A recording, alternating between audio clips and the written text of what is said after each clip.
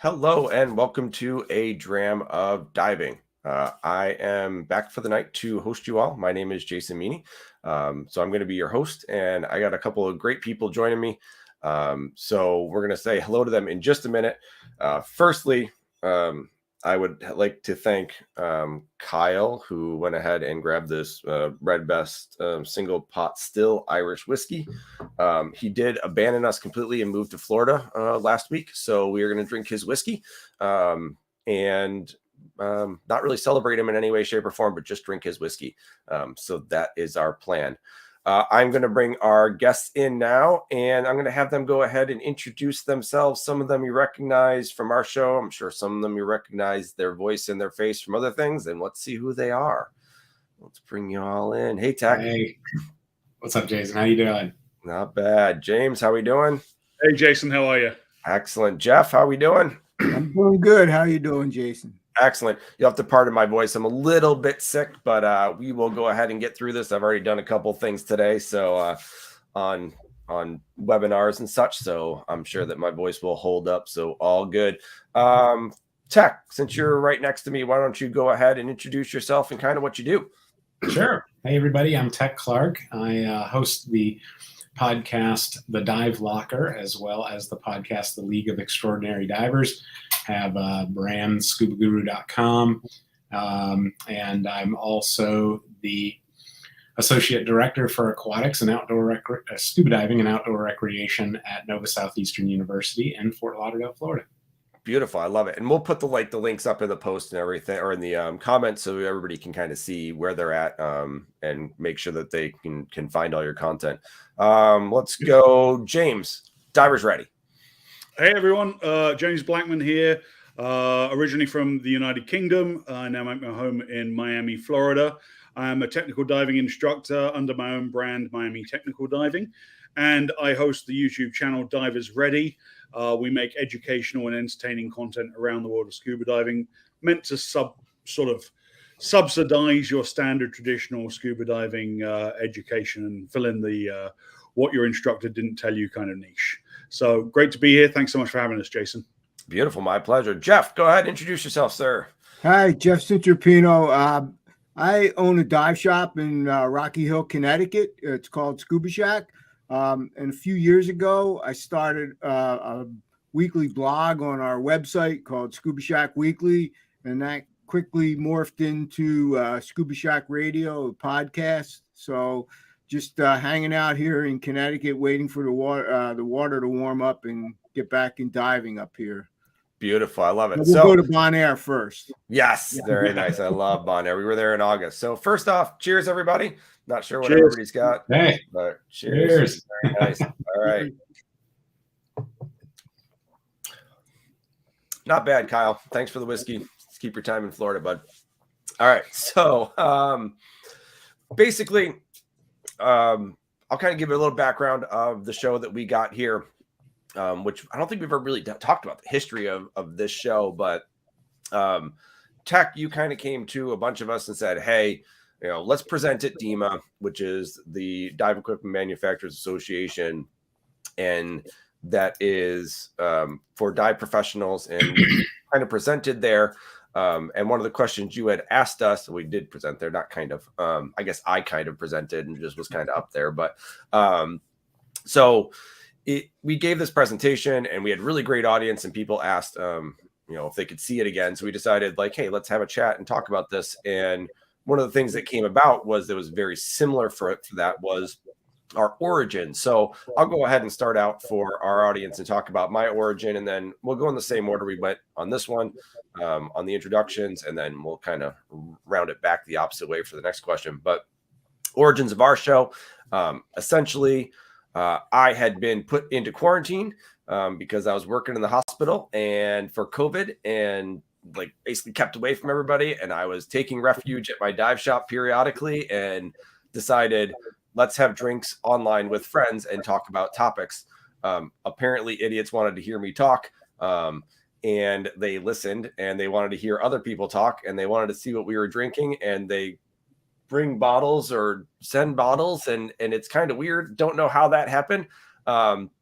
But the name actually originated drama diving from Aaron Argstrom, who's runs the Truck Lagoon trips. We met on there, and we were supposed to have a drink. We've never had a drink together. COVID stopped us from being able to have this. Like, we need to have a dram together. Like, all right, cool. So we were like dram and diving. And then I was like, a dram of diving.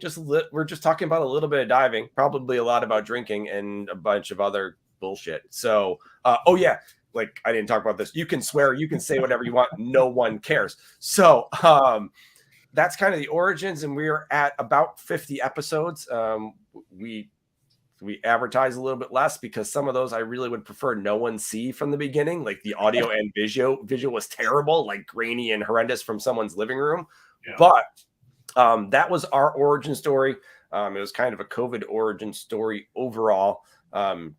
Tech, why don't you go ahead and give kind of your origin story, which you've done a lot of different things, and it's a different story, but somewhat similar in some cases.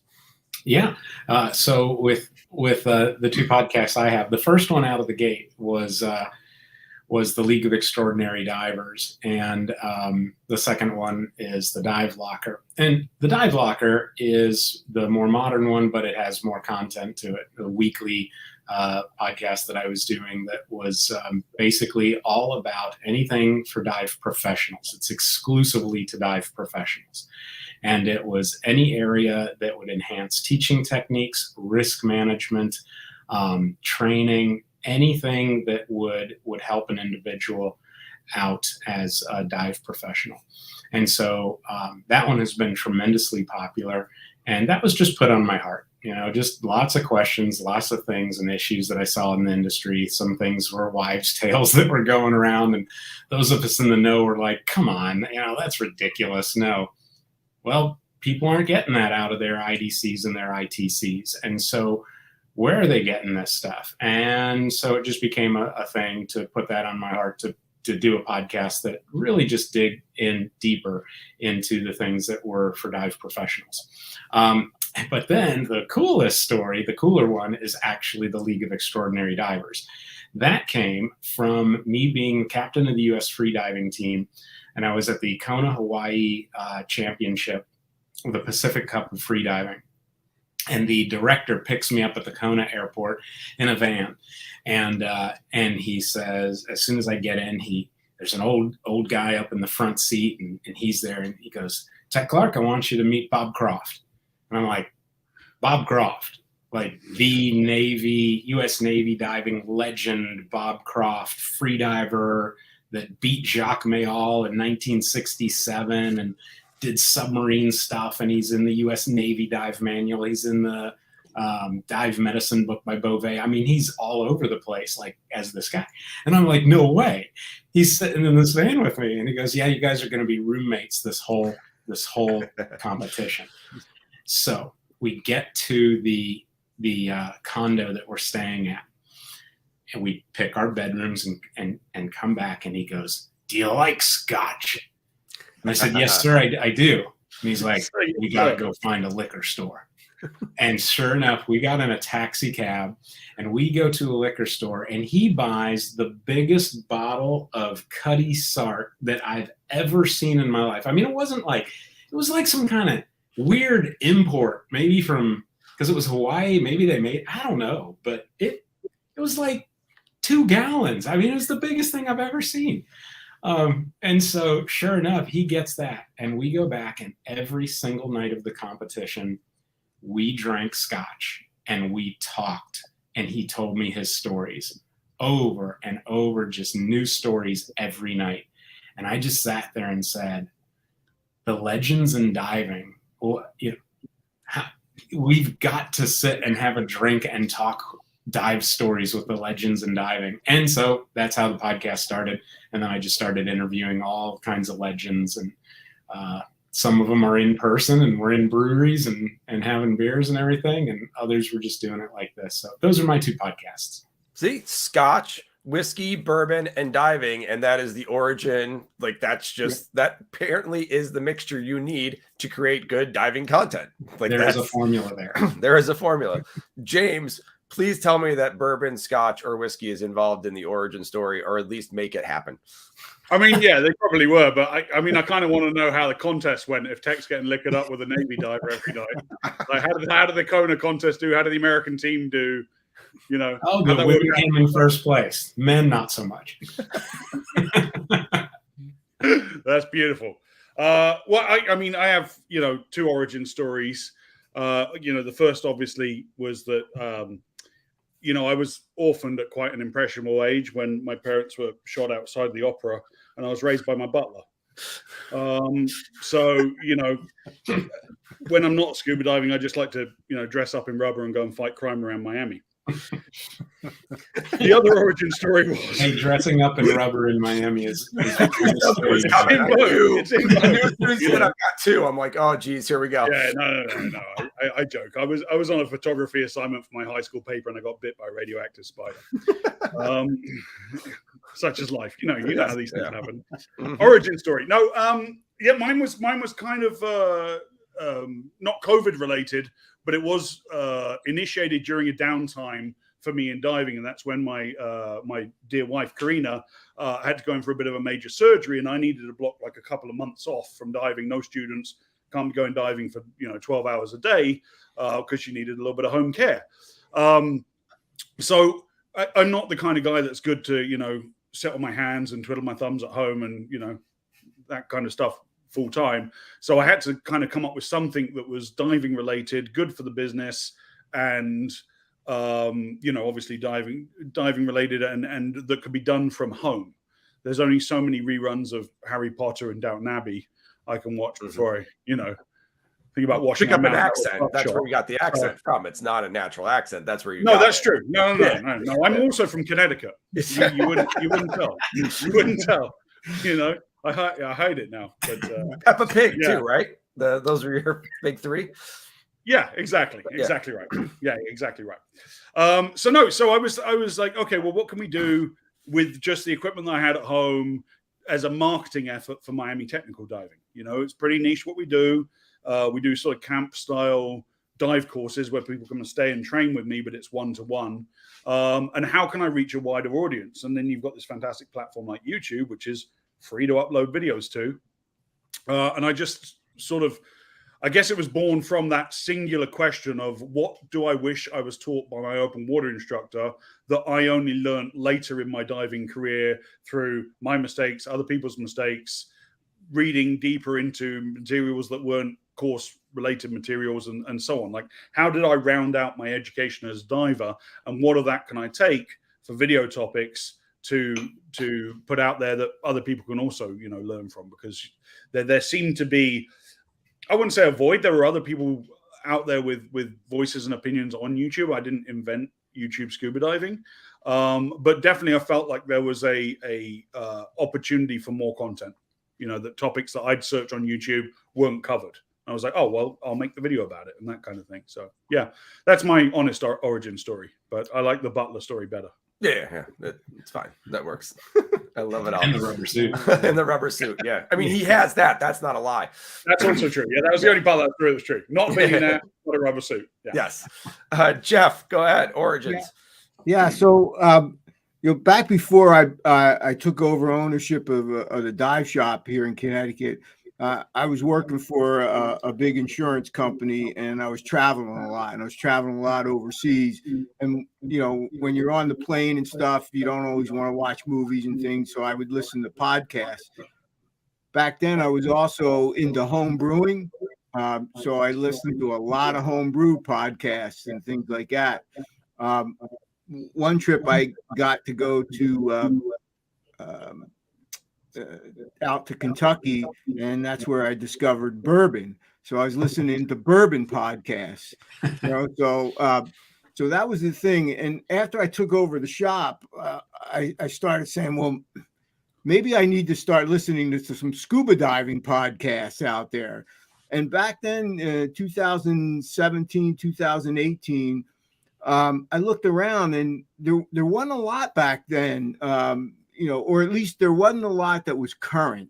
A lot of stuff was like, they did some shows 3 years ago or 2 years ago or stuff like that, and they fell off the edge of the world or something like that. But I did find a couple out there, and one of them was Tech's League of Extraordinary Divers. That was up and running. That was pretty neat. And then I found this guy out of Michigan, Rich Sinowitz, who was doing Diver Sync, and he had been doing it for a long time. And I thought, well, that's pretty cool. He's talking about what's going on with his diving in the shop and things like that. So I really enjoyed that one.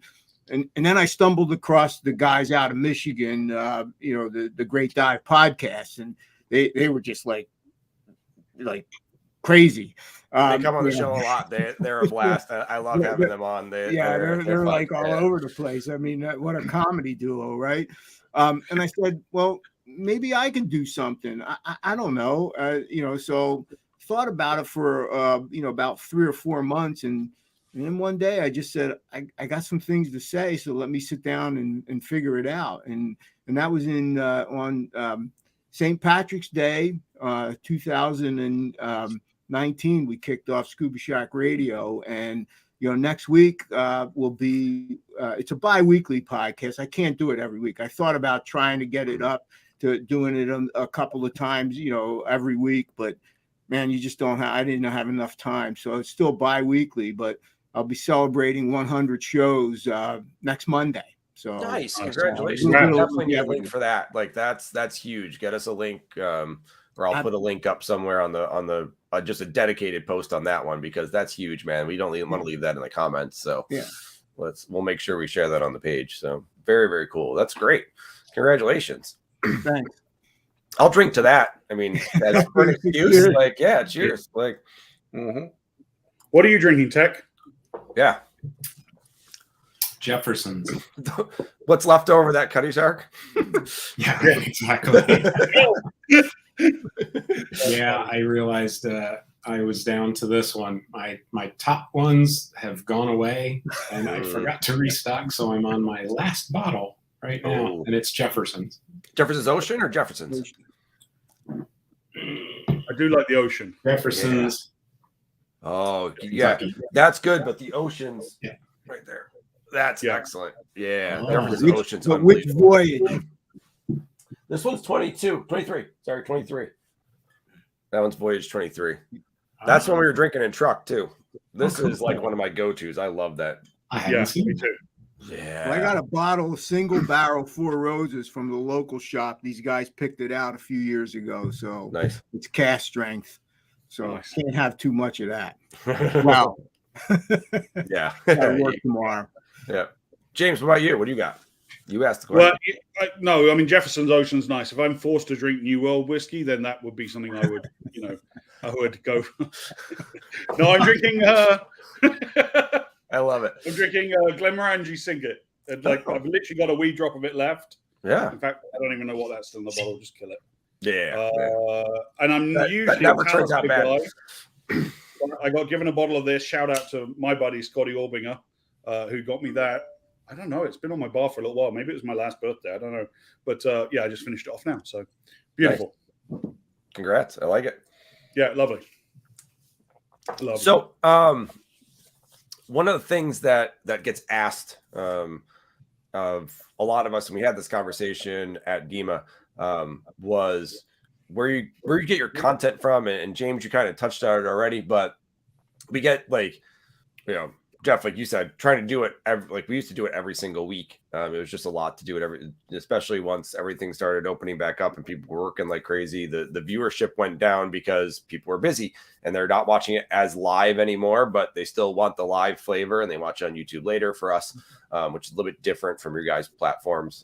But the question always comes up, how do you get content? And my answer is pretty easy. I pick a diving topic in general. I give people and encourage them to bring liquor, and then they drink just enough to talk a lot about it. And what is intended to be 30 to 45 minutes becomes an hour, sometimes 2, sometimes 2.5. I think that's the longest we've ever gone. And I was like, we're done here, people.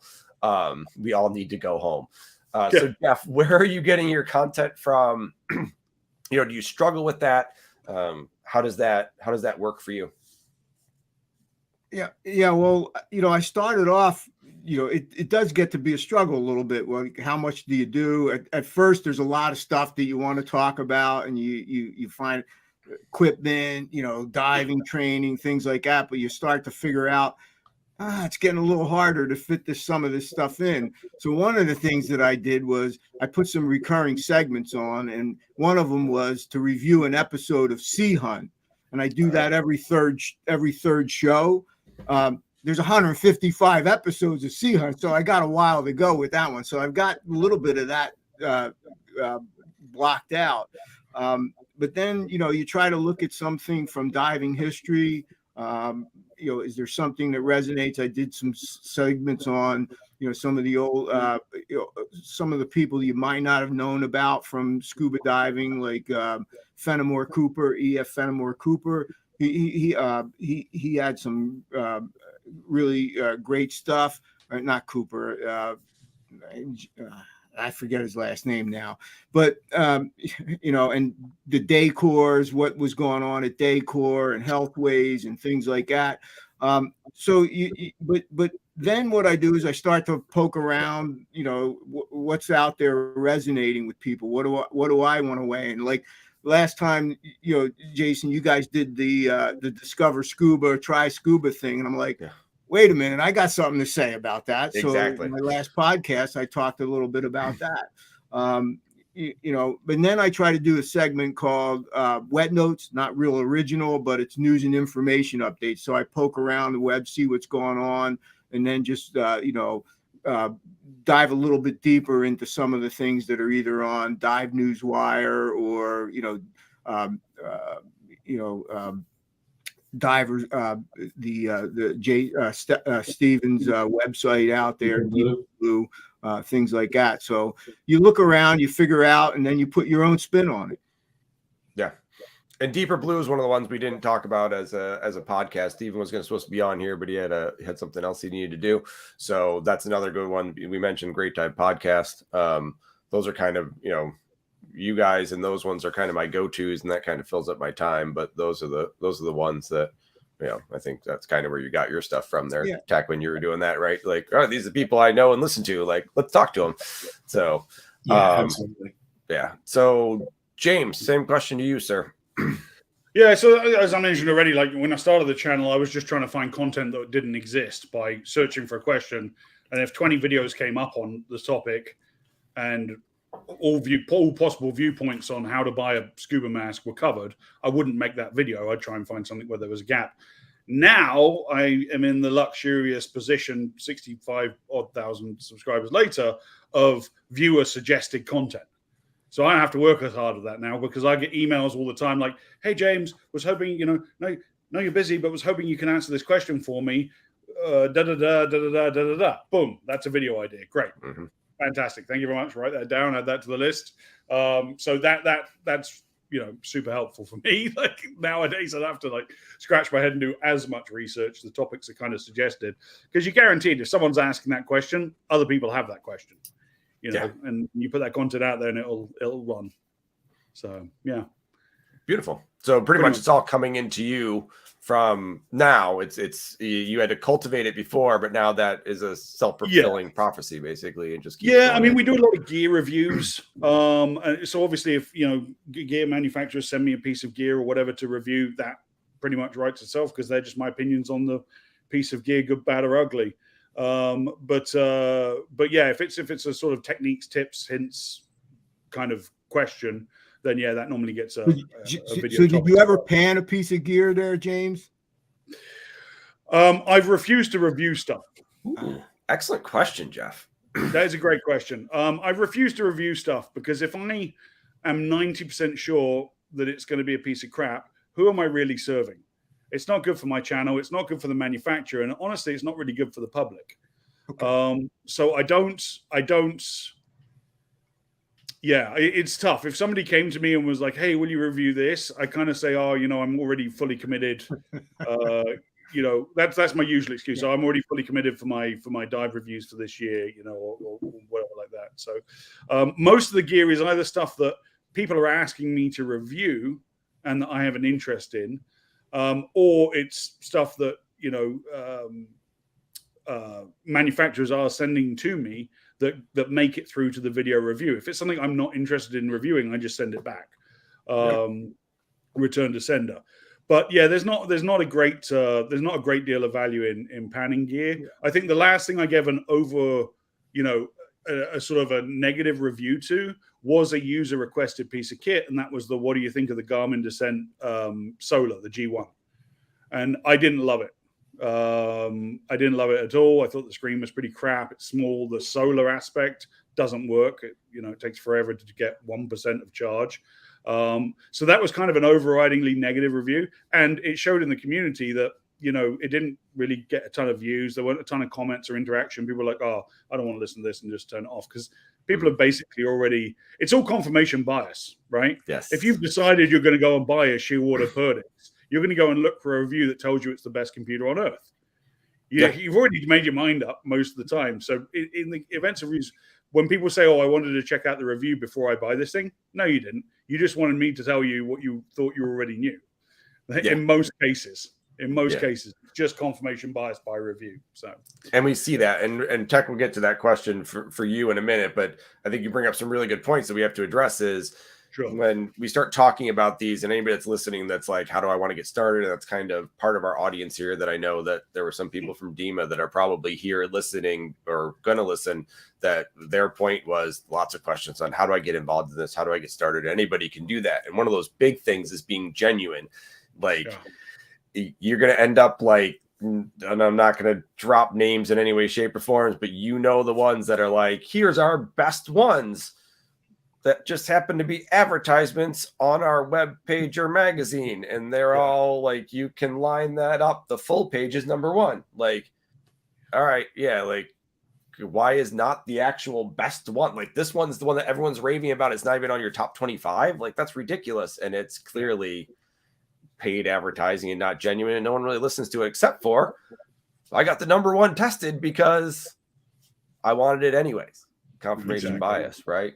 So that being genuine is that I think we came about from DEMA talking about it, going, hey, listen, make sure you are absolutely, true to yourself when you go ahead and do these things. So Tech, the question coming to you on where you're getting your content from. Yeah, mostly it's actually in the field. So for me, on the dive locker side of the house, so it's all about dive business, risk management, and teaching techniques. So, being active as I am at a university that's running a program from everything from free diving all the way to scuba instructors, and we're doing it every semester, 19 courses a semester. It's we got a lot going on. There's a lot being juggled. And, what we do is we do shift reports, and every shift report is from a pool session or an open water dive. And every time it's, how can we improve? How can we improve? How can we improve? And everybody has to answer that in our shift reports.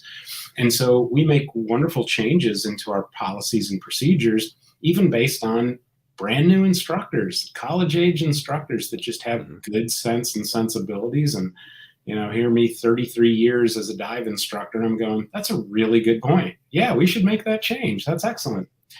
Well, it's that stuff. It's the stuff in the field. It's the stuff going on the dive boat and seeing somebody do something really wonky and going, I wonder where they learn that, or where they learn not to do that, or to do this or whatever. And then to bring it up, or to go into a dive center and be like, the customer service rocked today. Here's what didn't rock. Here's what's good about that display. Here's what's bad about that display. And things just start to feed you when you're really immersed in the industry like we are. And so I just pay attention to, how can I use these things as teachable moments to other people? And instead of just my own team, it now goes by a podcast. And so now other people hear what I have to say about that. And luckily, it's been exceptionally well received. People resonate with it. And why that is because they are starving. They're literally starving for good information. The agencies, God bless them, but they have a product. The product is a manual, and the manual is designed by these people. And here you go. And it just carries on, and it gets changed here and there. But you just can't put in everything that there is to know about our sport and then some. And there's just stuff that literally can't be discussed by an agency because it would get them in hot water with the insurance company, or it would get them in hot water with RSTC, or it would get them in hot water with other instructors that are multi-agency certified. So they're really walking a narrow line. I like to broaden that line, and I like to really just say, hey, no. This is what it is. And so then, bringing my background into it also helps. Being a national training agency director myself, I've seen it from that high level. And then being a forensic dive accident investigator and expert witness and et cetera, I see things that happen in cases that are not discussed, and they need to be discussed. Not not pointing to the case and exposing that kind of stuff, but actually coming up with the issues that take place because people don't get it. So this is just bringing out stuff for people to kind of learn and discuss. And I try to bring a couple angles. There's this camp and there's this camp. I lean towards this camp, and that's like James. I like to be genuine. And so I am not afraid to say I lean this way, but I always explain why I lean the way I lean.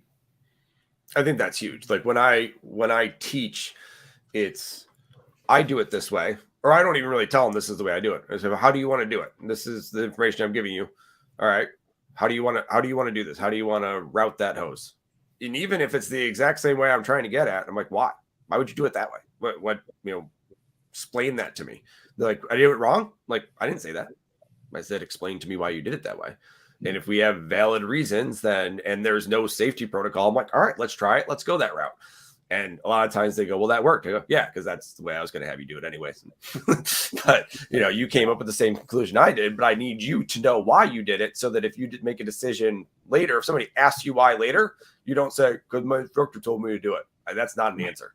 That is not at all. Right. So the same general idea there. And you guys said there's no way to come up with, in keeping people's interest and getting them into scuba, giving them all the information. It would be a college major to understand general scuba diving. I saw it earlier today, a 400-page book on bubble mechanics, like just bubbles, the physics of bubbles in fluids. Like it's in the back of the shop. Like I would not teach an open water student that, but that's like, I found it very, very interesting. And I'm like, I cried a little bit when I was like, this is cool. I'm like, what has happened to me? Like I used to be cool, but now I'm impressed by bubble sizes and what happens with the physics of them. Like, oh Jesus. Exactly. But yeah. So just gone the exact wrong direction there.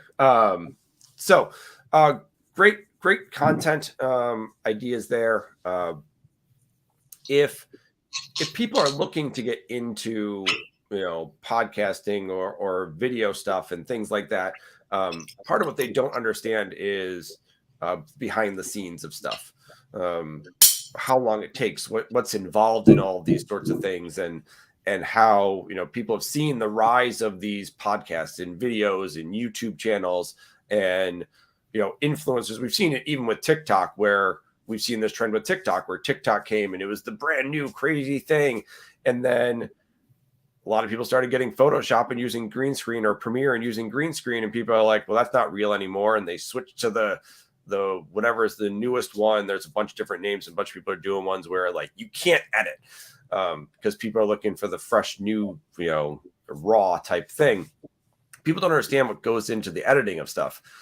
Now, we talked about mine when we were at DEMA, when you were hosting Tech, was, mine's a little bit different because we're live and there's pros and cons to that. Like I could have ran out of stuff to say like 2 minutes ago. Or one of you could have been like off the wall, and I got to control that and I got to figure that out. And there's a lot of risk on live. But the flip side to that is live. My post editing, I might crop that first minute out.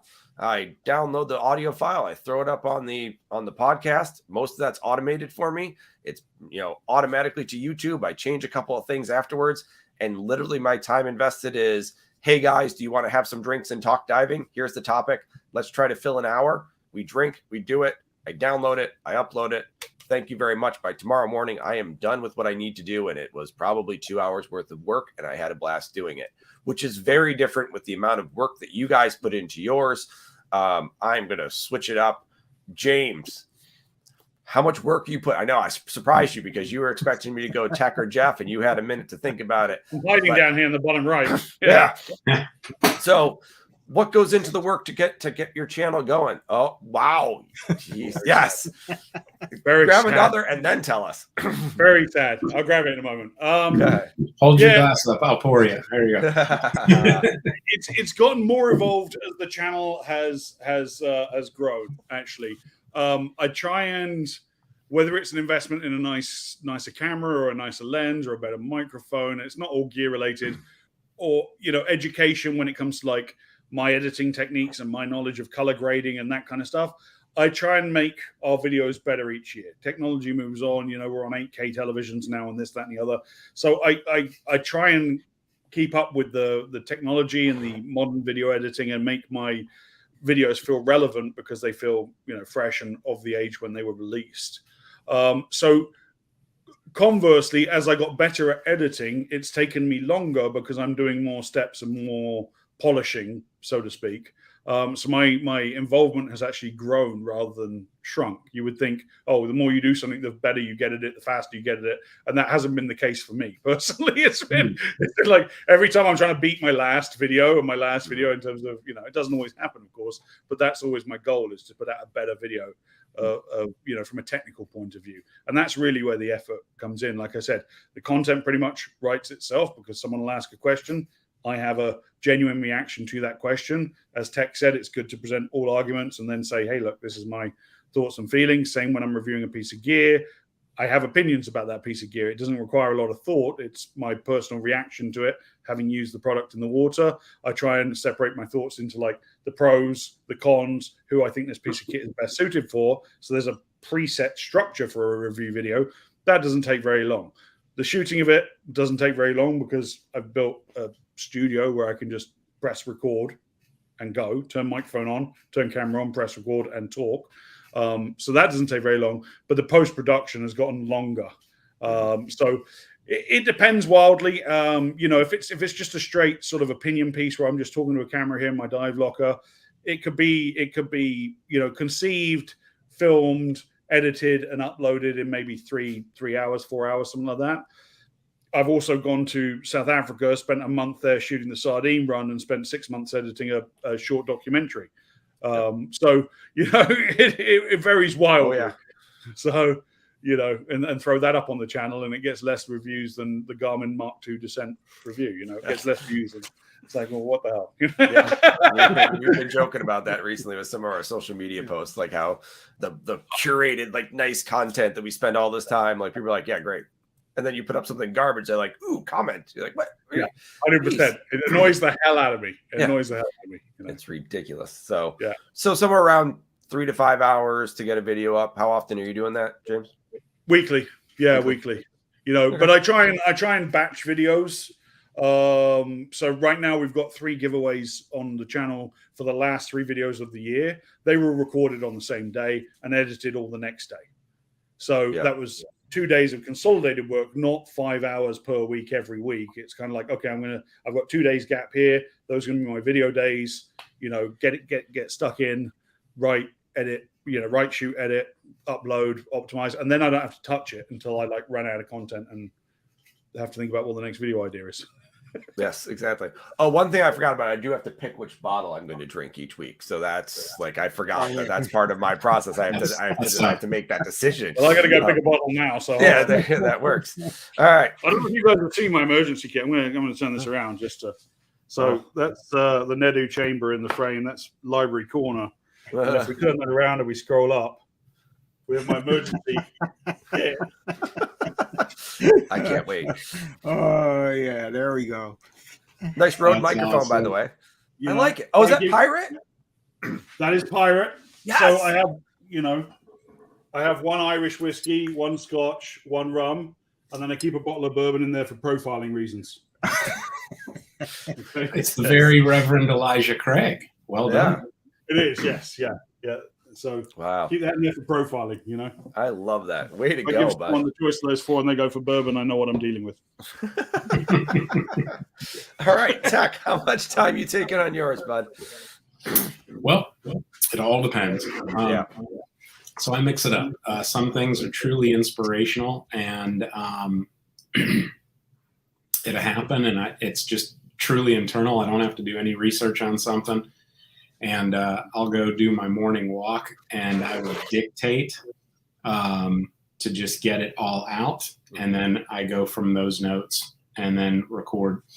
Other times it's a complete dive into some research, talk to people, do some reading up, find out some good points to bring into the content. And then that can take days of back and forth emails and on and on and on. And then I've also got the times that I interview people.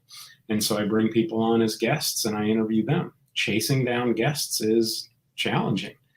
And so whenever you're doing that, that becomes kind of like, oh, my plan is to have you in 2 weeks. No, you're chasing them down for a whole week and then you miss your window and then you got to come up with other content. So it gets to be a little of a juggling thing when you get interviews. And the League of Extraordinary Divers is exclusively interviews, and especially when I start getting up into those higher tiers of legends, they're a little harder to get to, a little more busy and things like that. And, you know, I'll be in truck for the next month. Yeah. Okay. Yeah. Like maybe you need to do some unextraordinary divers that exactly available all the time. Exactly. Tell us why you're extraordinary. Wait a second here. I'd just like to point out something, all right? Tech was kind enough to have me on the League of Extraordinary Divers. I'm episode number 50. We met at Funky Buddha on the agreed upon time. We recorded in the back room. And then do you remember what happened, Tech? You forgot you recorded the session and it didn't come out for ages. And you had all the content. And I was like, hey, did you post this? And I missed it because I want to share it to the crowd. And you were like, oh, yeah, I'll put that out. That's right. It sat on your hard drive. It sat on my recorders forever. You know, so, Jeff, to answer your question, ordinary diver. Yeah. Ordinary divers. Ordinary divers. Yeah, episode 1, James. But yeah, if I was to give it an average, I would say 3 to 5 hours myself in that same time frame. If you actually just took everything out and surgically did it. And so for me, you know, I'm recording on GarageBand. I'll do the pre-recordings, fly them into GarageBand, edit it all down, throw in my intros and outros, and we're good. And then it's the posting side of the house. So, and then it's the social media side of the house, and it's just a mix of all of that. But yeah, I would have to agree. It's about 3 to 5 hours a week per episode. Cool. Very nice. Jeff, what about you? Yeah, I think the one thing that was important to me when I started this was consistency. So you that's why it's every other week, is because you know, you want to be consistent. You want to be out there. You don't want to do one episode and then maybe come back 6 months later with another one and things like that. So consistency was a really important thing, and to do that, it takes a little bit of time, at least for me. So I kind of, with the research and prep during the intermeeting weeks, I'm usually spending like 5 to 8 hours researching, finding topics, you know, preparing what I want to talk about, things like that. And then, you know, the shops close on Monday. So Monday mornings works out for me to be able to record, and, you know, to record and post and, you know, edit and everything else. I'm another 3 to 4 hours. So each episode is probably taking me 8 to 12 hours to get up there on a bi-weekly basis. You know, sometimes it takes a little more, sometimes a little less, but you know, you have to prepare. I mean, you have to know what you want to talk about when you're not doing an interview or things like that. Even when you're doing some interviews, you have to prepare for that as well. But you know, consistency was really important for me. I didn't want to be that guy who did an episode and then, you know, fell off and you didn't hear from them again, or you didn't know when they were going to post again. And that's what I love about some of the stuff. Like James, you know, it's like out there and I'm looking at the videos. I'm like, man, how can I do a video like that? Yeah. I'm going to shoot one tomorrow. So I've got 128 subscribers. You got your 600. Very nice. No, consistency is key, Jeff. Couldn't agree more. You know, and it's not just about the viewership as well that want consistency and knowing when you're going to get the video out, but it plays to the algorithm too. If they see you're committed, and they will predict that if you're posting, you know, whatever your medium is, whether you're YouTube or whichever, you know, Spotify, wherever you're putting your podcasts, if you're consistent, it plays to their algorithm where they're like, okay, this guy, this entity, this channel, whatever it's about, is serious. We will promote it more. Yep. So you'll often see that if you have people that are patchy or they don't post the same time every week or the same day every week, that they're just spinning their wheels. They're not going to get any traction because the algorithm's not going to promote them. Yeah. So yeah, I couldn't agree more about consistency. That's huge. That's good. I like that. So to paint a picture, this is me at DEMA going, you guys all went first and basically gave your answers, and I'm going, well, I do like 2 hours a month. Like, like I can't wait to answer this question. They're going to sound like a rock star. So they're like, Jason, go. And I'm like, I drink whiskey and talk. That's what I do. And I just tell people to show up. How can we do that? Right. Yeah, you hit a winning model there. But yeah, tracking down the guests. Like if you tell them early, they forget. If you post Stephan Whelan. Yeah, Stephan Whelan. Yeah. They put it in their diary on the wrong day. If you tell them late, they go, I don't have time to prepare. And normally what's actually the most beneficial for us is getting people like, it's a risk, but getting people just like on that like 2 weeks out time frame so they know what's coming up, but you're scrambling like, all right, this is our topic. I got to find these people. It's 2 weeks out. Like, let's go. We use a platform called StreamYard, and it used to only make it so you can go 1 week out. Now they've gone indefinite again. When it first started, it went indefinite, but like it was 1 week. Like I had to post the Wednesday at 7:30 p.m. prior to the show. That's when it can be advertised. Tried going earlier, and I think like 10 days is probably the sweet spot. Like if we post way too early, that event's not there and it's not pushing and it's not going. Even if we share it afterwards, the algorithm's like, yeah, that's old. Like, it's not. I just posted it early so people could know because I want to plan for this. Right. No one's changing their schedule so they can listen to my show. Like the day of, they go, oh, I don't have anything to do. I'll sit. So there's some people. Somebody's going to comment and be like, I plan. Like, yeah, but that's that. So with that, we got like what we got for time we put in. And this question was what I was actually like digging towards. Hi guys, this is a comment from YouTube. Hi guys, thanks for doing this. One question: how was your podcasting YouTube popularity how has your popularity affected your original business? So let's go and do Jeff.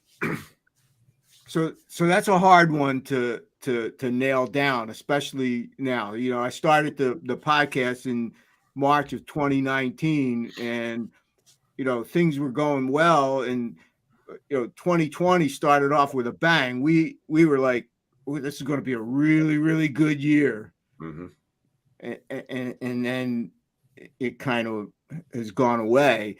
So I think you know, it's hard to draw the direct line between the podcast and, you know, Scuba Shack as an entity, as a business. But what I got to, you know, say is that, you know, earlier in the summer, I was up doing an open water training exam with some folks up in Rhode Island.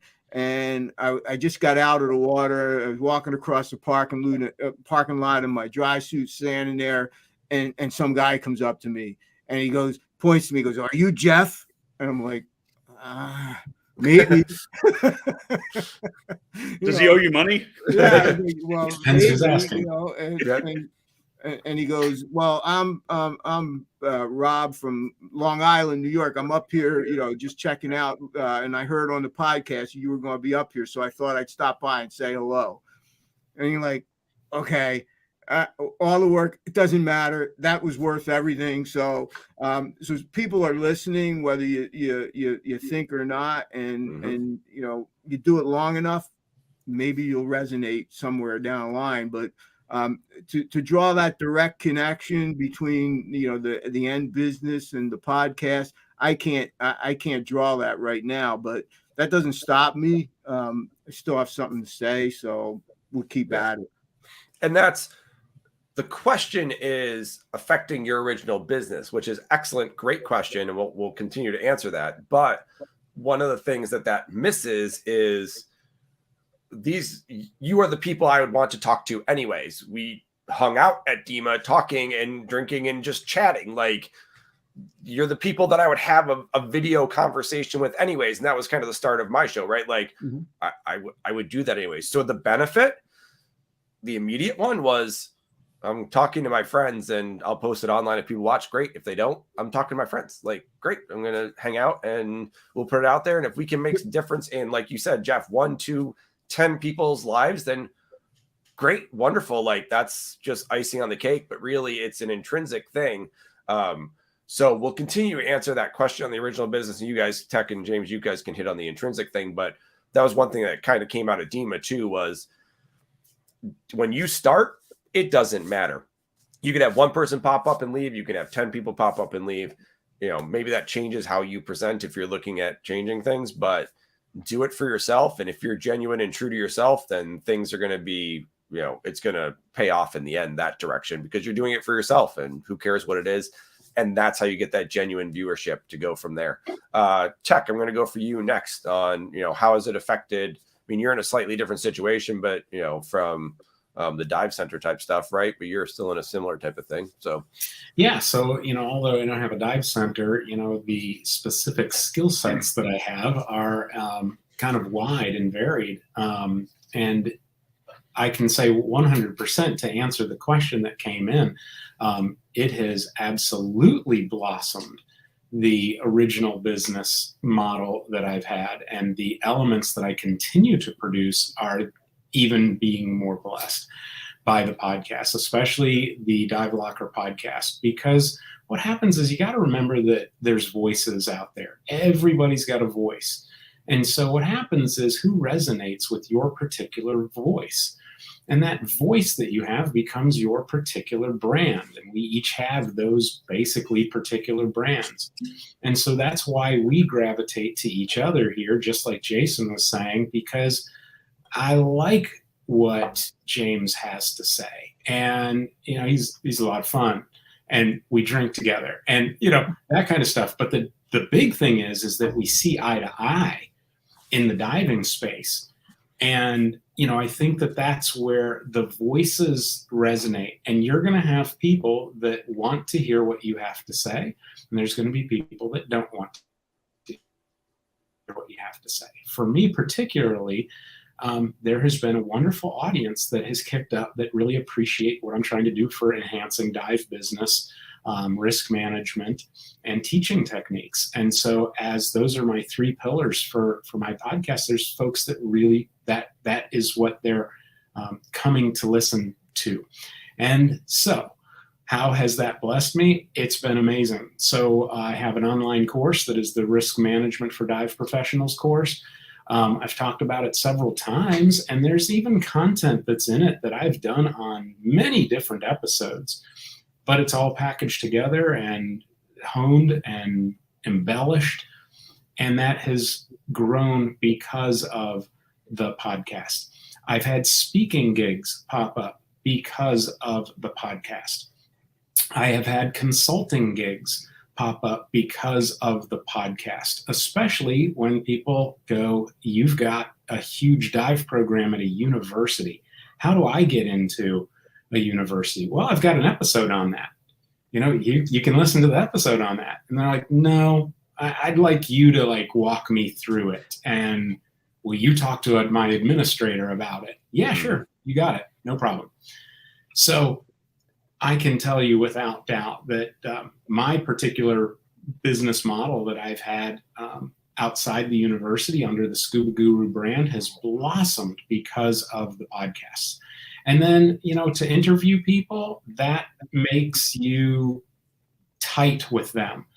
And, now you've got this person, you may not have ever seen him, but I've hugged people at this last DEMA show that I interviewed 1 and 2 years ago and everything like that. Like Whelan was walking down the stairs. I go, Whelan, what's up, man?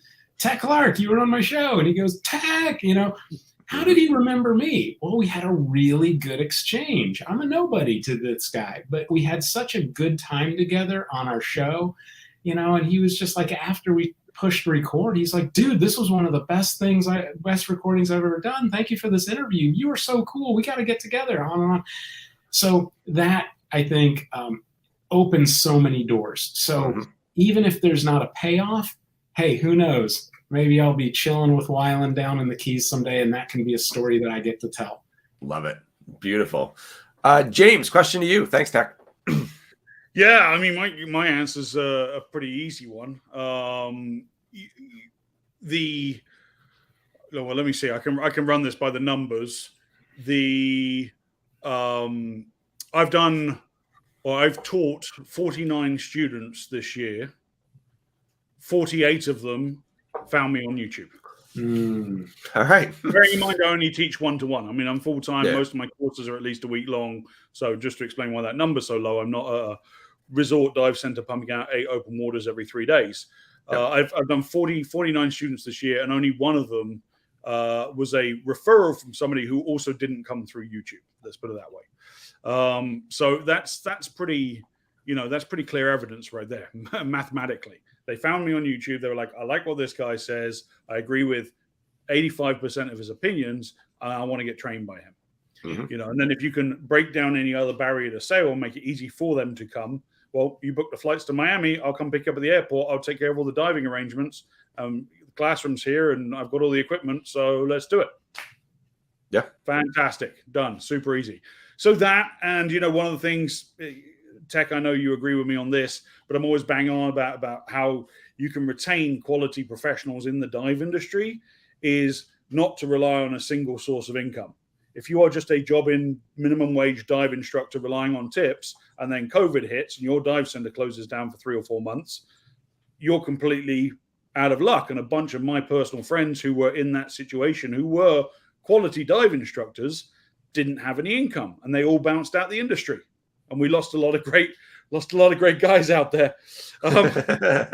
We lost a lot of great dive instructors because they went to do plumbing apprenticeships or electrician apprenticeships, because those guys were making money and still working during the pandemic and paying rent and living life, And one of the things I was banging on about is diversify your income stream. So if you're not teaching, you're making money off your photography or your videography, or you're making, the pennies that AdSense will pay you on YouTube, or you've developed a brand strong enough that now you can launch a merch store and sell t-shirts and make money that, and have multiple different things going on. So that's something I both learned from YouTube and have grown to appreciate because of the growth of the channel. So those two things combined are sort of, not just the teaching aspect of, I can find students and Miami Technical Diving is thriving, but also that I can branch out and have other streams of revenue. Beautiful. I love it. And that's some really great points. I mean, that was right about 2 years ago now, maybe 2 years ago. I was full-time at the hospital, as a respiratory therapist, and everything was still kind of shut down. And I was dabbling on whether I got fully back in the dive industry or if I left it completely, essentially, and stayed, hospital and tried to move up through the hospital. And, when we were shut down, that's where I went, and that's where I stayed, and that's where the money was, and that was coming in. So that's an excellent point on diversification. But for us to answer that question, I have a different situation, but the shop that's associated with the show, they're separate, but they're associated, did have some benefits, but we branded some stuff, low cost. Some of it like co-branded with the store, but like we made I don't know if you guys might have seen these, but like the drama diving Glencairn glasses, they're etched. So we made those and sold those and used the Patreon to go ahead and fund those. So when we were doing this like weekly or every other week, we were selling those and people were buying them a ton. It has come down a little bit, but I can see us doing another run of those periodically and, you know, getting them out there. The vast majority of our people went ahead and bought them. And we can easily get them made up again. But we sold Glencairn glasses that have a diver on them in proper trim, by the way. Yeah, in proper trim. So we did that, and we kind of just diversified ourselves in that region and marketed the show as the show and used it to kind of blend into the shop into two separate things. To give some background to people that might be joining in then that haven't seen me in a while, is now I work for international training, SDI, TDI, ERDI, PFI, and first response. Like, so shop's still here, the shop's still going, and I come on periodically and host, but I have been off trying to let it kind of grow and blossom outside of myself. So this is the first time I've been on in probably close to a year. But so just for you guys, just for you all, that's why I'm here. Awesome. So that's a roundabout answer there of separating it out and then bringing it back together is kind of how we did it. So cool. We will answer, because this is how this goes, right? Like right around 20 minutes, you're like, how are we going to get an hour? And then we're like, oh crap, it's an hour. So like literally like, oh geez.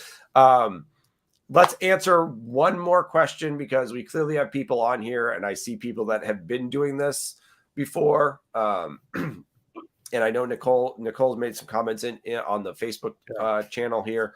And she's had success with it. And she could probably give some advice in the comments. But I know there's people on here like looking for kind of like, how do they get into the space? Because that question like leads right into that. And there's gonna be people watching. Tech, if you had to give like a 1-minute synopsis of advice to somebody who's trying to break into a space, where should they go and what should they do?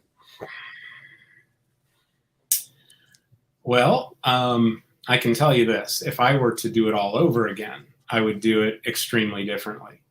I would do a dual platform podcast. So that would be where like what you guys are doing, utilizing the power of YouTube is the way to go. I'm a pure podcast, so it's audio only.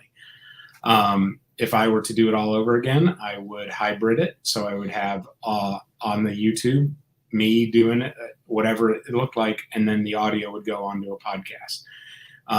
There's just so much that is, that James has already talked about. You guys already know with the power of YouTube and the power of search engine optimization and content. So that is unmistakable. And if I were to do it all over again, that's how I would do it. I think that would be my number one tip is, whatever's on your heart and you want to speak about, do it, but be selective of the platform. Cool. I love that's great advice. And you see people kind of morphing, and there's so many podcasts that you see that are videoed, right? That's where you start to see them on, again, TikTok or Reels and things like that, or YouTube or, Sirius XM shows that like you see the video all the time of them. So that is excellent. I never even thought about that. And that's the first time I've heard you say that, even after this, couple conversations. So that's brand new for me. I love that. That's great. Thanks, Tech. James, we're gonna go back to our original rotation here. Sure thing. Yeah, I mean, that's a great point, Tech. Absolutely. I would like to answer Nicole's comment as well, where she says, editing, you can put it up, Jason, if you can find it, but it's the editing videos for YouTube takes me way longer because I'm a perfectionist and waste too much time trying to get it right. Absolutely 100% with you there. Can relate to that 100%, Nicole. I have a mantra that I learned that got me over that, and that is done is better than perfect. Done, I love it, is better than perfect. Getting something complete and getting it out there is better than waiting for it to be perfect, because it never will. There's always something you can tweak. There's always something you can change. There's always a better edit you can put, or a better cut, or a different piece of footage, or I'll just wait until next season when I can film this one fish. That done is better than perfect. And I have to remind myself of that all the time, because I'm exactly the same way. completely relate. But I think my advice, on top of what Tech said, because he just stole what I had prepared. That's basically what I was going to say. No, I think I talked about this when we were at DEMA as well. Imposter syndrome is absolutely bullshit, right? Absolutely. You got to fight through that, right? Like Bruce Willis in Pulp Fiction. You got to fight through it. It's just messing with you. It's in your head. Ignore it. All right. If you're watching this podcast, if you're even thinking about putting scuba diving content out there, that means you have ideas, you have a voice, and you probably have, subject matter expertise that other people who don't have your set of experiences, wherever you are in diving, have learned from. So, yeah, everyone here is an instructor and a dive professional. All four of us have been in the industry for many years. But you could put content out from the point of view of a newly certified open water student. Now, you don't want to present yourself as an instructor and be giving expert advice that you're not qualified to give, but you can share your experience and you can talk about, how it felt to be the student and what you would do differently if you were to do your course again, or, what you found the hardest or what you found the easiest. Those are all your opinions and they're unique to your set of experiences. So don't think you have to be, a grizzled veteran to stand on a platform and speak. That's absolute BS. So just get past that imposter syndrome, because wherever you are, we'll compare ourselves to people who have done it for longer, better than us. I do that. I look at my heroes in the industry and I think, well, who am I to talk about this when there's, the Jill Heineths out there in the world? Why would anyone want to watch my YouTube video? Anyone can do that at any level, anyone can do that. So just fight through that imposter syndrome of, well, who am I to have a voice? It's BS. Put it out there. I love it. And it doesn't take much to ask a good question, right? So if you pose the right question, you find the right person to ask it to, even if you're trying to get somebody on your show and cultivate that, you could be as low as you want to say in the educational scheme, like brand new open water diver, you could still ask amazing questions. So if you take your time writing the questions and do your research, there's four of us and I've probably talked 25% of the time, but normally I don't talk quite as much. Because it's about our shows, then I kind of gave a little bit more, but normally I poke and prod and let the other person go. And that's that key there. It's about what that other person has to say if you've got guests on there. So, and as one of your mentors, James, I think you're doing great. It's thanks, man. Not a problem. Thanks so much. I'm sure Jill feels that way too, So Jeff, any, advice you have for people? I'm sure you do. Yeah, I think like Tech said, going the multimedia route, the video is certainly a place that you should consider. I know, so Tech, coming out of your show, I hooked up with Jennifer Shaheen. Yeah, and did some stuff with her, and she said you need to be doing some short videos and stuff like that. Yeah. So I would do them and throw them up there, and people would come into the shop and say, I'm buying this bag because you told me I should. And it's like, wow. I mean, I can podcast all I want about stuff, but they see that short 1-minute video and, it resonates with them. So some of that's, a little bit, disconcerting because of like, I'm not ready to go video yet with the podcast.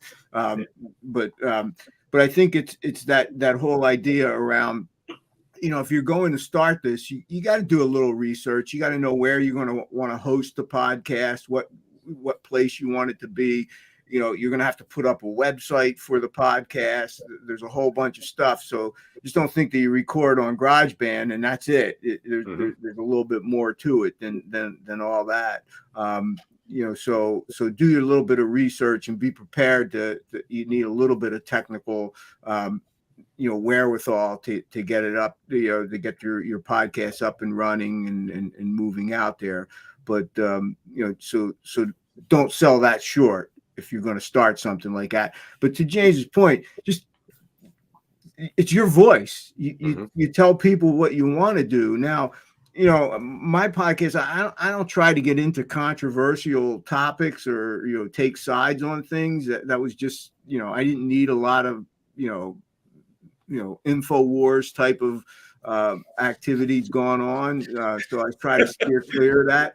Some people might. I mean, I'm sure that if you really want to get out there and be controversial, it's going to get you a lot of listens. Yeah, if that's what you want.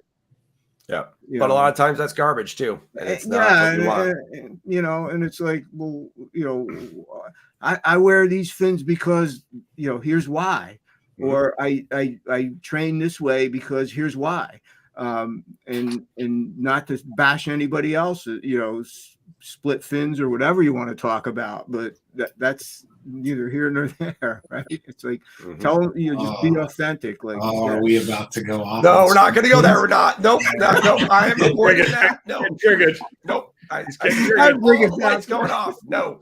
Jeff just in his pocket and he just played it. Did you see that? He just floated that out there and Jason changed it all up. This is how 1 hour goes to 2. That's exactly how this happens. Somebody goes, "What about?" I'm like, crap. That was beautiful. Yeah. But Jeff, you brought up something that's really cool, though. Remember how you just said the why, right? And the why, the beautiful part is that someone may have never heard that why, because somebody may have just gone through a resort course down in the Caribbean, and because they couldn't even understand the accent of the instructor, they got 20% of what the instructor was saying, and they just miraculously went through it and saw fish and went, "I like scuba diving," but they don't know anything.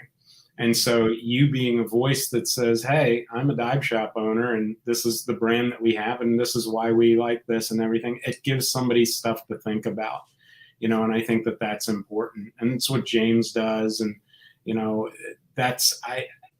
we are in that whole space of giving info. And so Nicole or whoever's listening and your questions about, the platforms and stuff like that. Sure, you can take classes that are out there. Pat Flynn does a thing called Power Up Podcasting.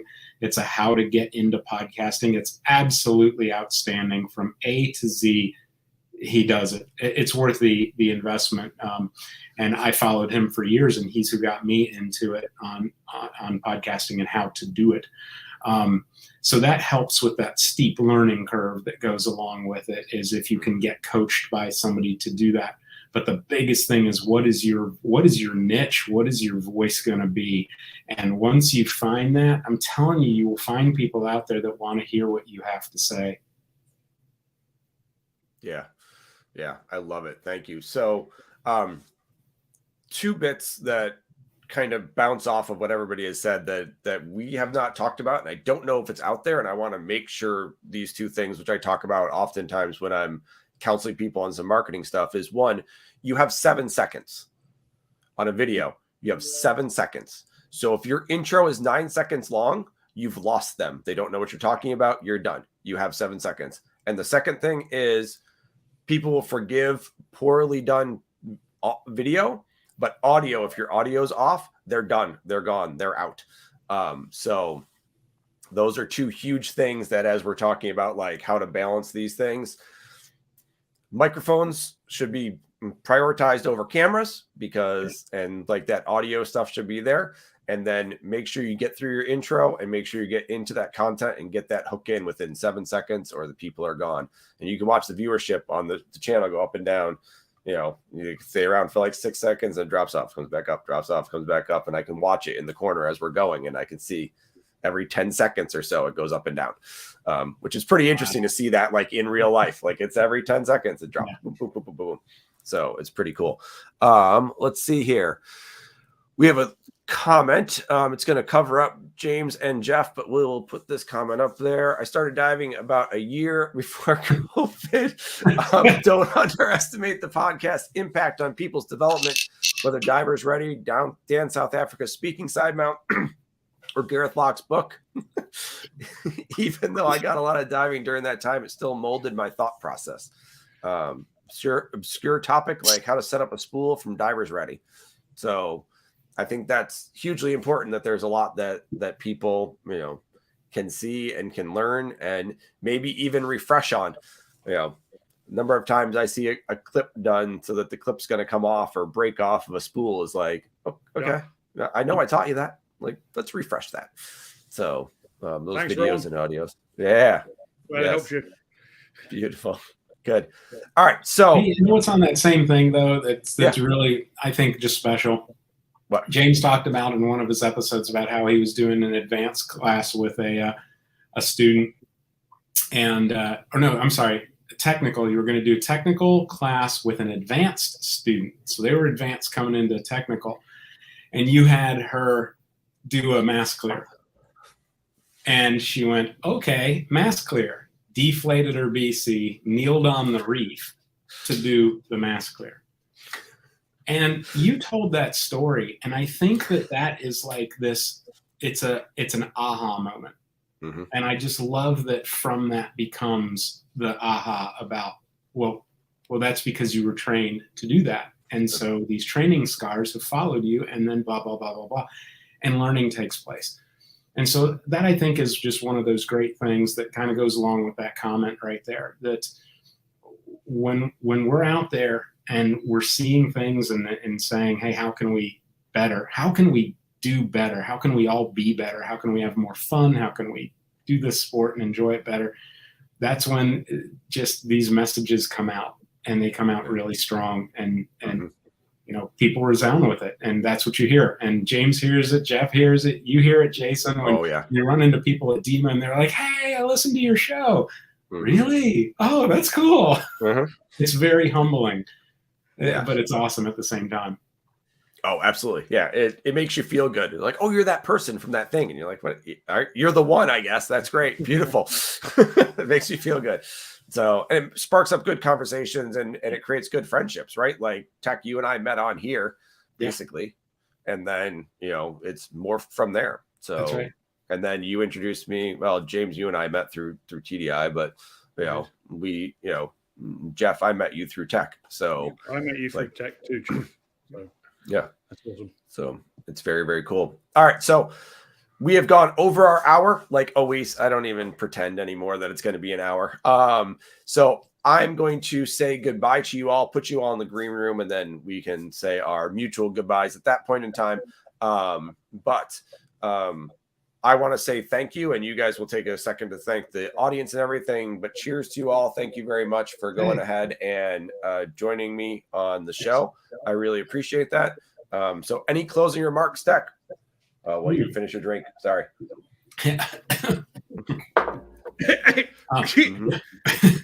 Well, we've already said a whole lot here, but just to reiterate, the reason for that panel discussion, the reason for this episode here is that we're doing it, and we're not special gurus that just that we have to be here because we have to be here.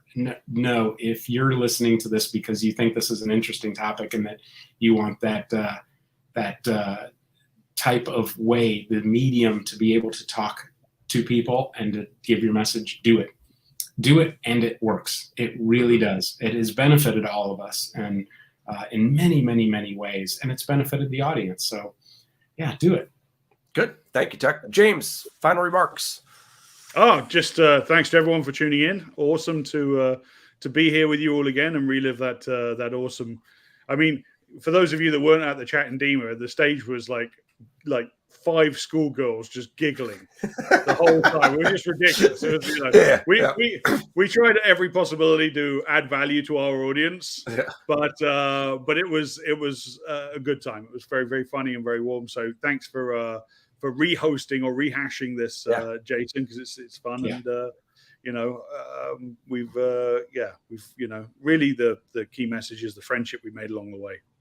I appreciate it. You guys are welcome on the show anytime. I'll jump back on to chat so we can chat for different things. If you've got ideas and want to talk about them, great, wonderful. I love it. So Jeff, or we can do one where you guys make a podcast at the same time and it goes at the same time or something. We can figure that out. I don't know. So that would be pretty cool. No, thanks for having me on, Jason. Really appreciate it. Tech for inviting me to the DEMA panel discussion. That was the hit of the show for me. But if anybody's thinking about doing something, a podcast, just go ahead and jump in. Don't worry about, how good you think it's going to be or whether anybody's going to listen. Just go out there and jump into the lake. Beautiful. I love it. And an excellent, pun there. I love what you did there, Jeff. It's beautiful. So thank you all. And I will say thank you to the guests, to the audience in a second, but I'm going to put you guys all in the green room. Thank you so much for joining me. I'll talk to you in a minute. Cheers. Everybody. Bye. All right. So that was our show for the evening. Thank you for welcoming me back.